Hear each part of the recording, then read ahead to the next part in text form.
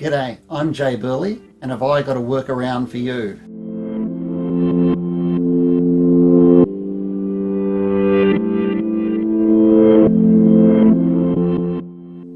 Hi, I'm Jay Burley from the Excel bug video. What? You haven't seen it yet? Stop, go back and have a look at it first. You'll be glad you did. In the last video, I looked at an error that had been in Microsoft Excel for 30 years. I've had heaps of comments about that video and lots of people have suggested ways to work around it, but they're all wrong and I'm going to show you why. So the most frequent comment I got on the last video was simply format the cell. And if we do that, everything looks great until we perform a calculation on it. And you can see immediately the error's back.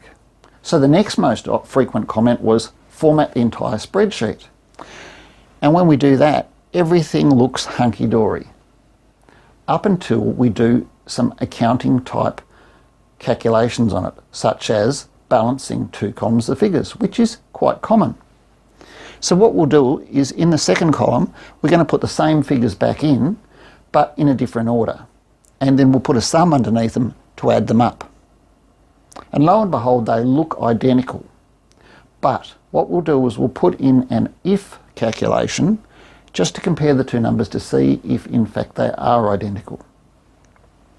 So our little if statement will say, if the two numbers are the same, show the word balanced, and if they're not, show not balanced. And lo and behold, it says not balanced. The real way to fix the problem is quite simply to wrap a round statement around every sum in Excel. So in this case, we'll put in equals round bracket, and then at the end of the sum, we'll put in (2) for 2 decimal places and close the bracket off. And that appears to have worked. Now, to be entirely correct, we need to have it on both sums. So we'll just drag it across and that's fixed that. So that's one way of fixing the problem. There is another way and it's way quicker. So we'll just undo the changes we've made there, and now we've formatted the entire spreadsheet. So now what we're going to do is simply go into File, Options, Advanced, scroll all the way to the bottom and click Set Precision as Displayed.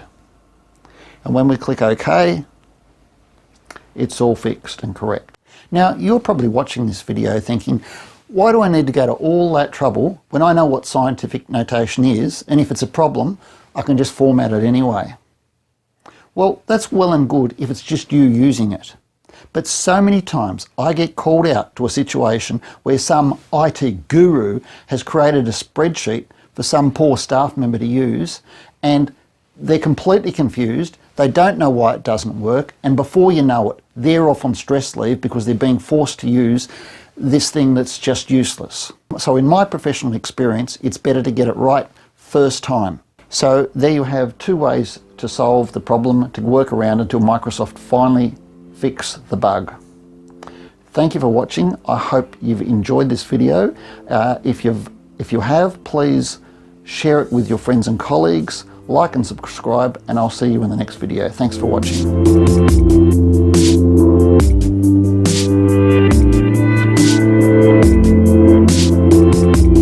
G'day, I'm Jay Burley, and have I got a workaround for you?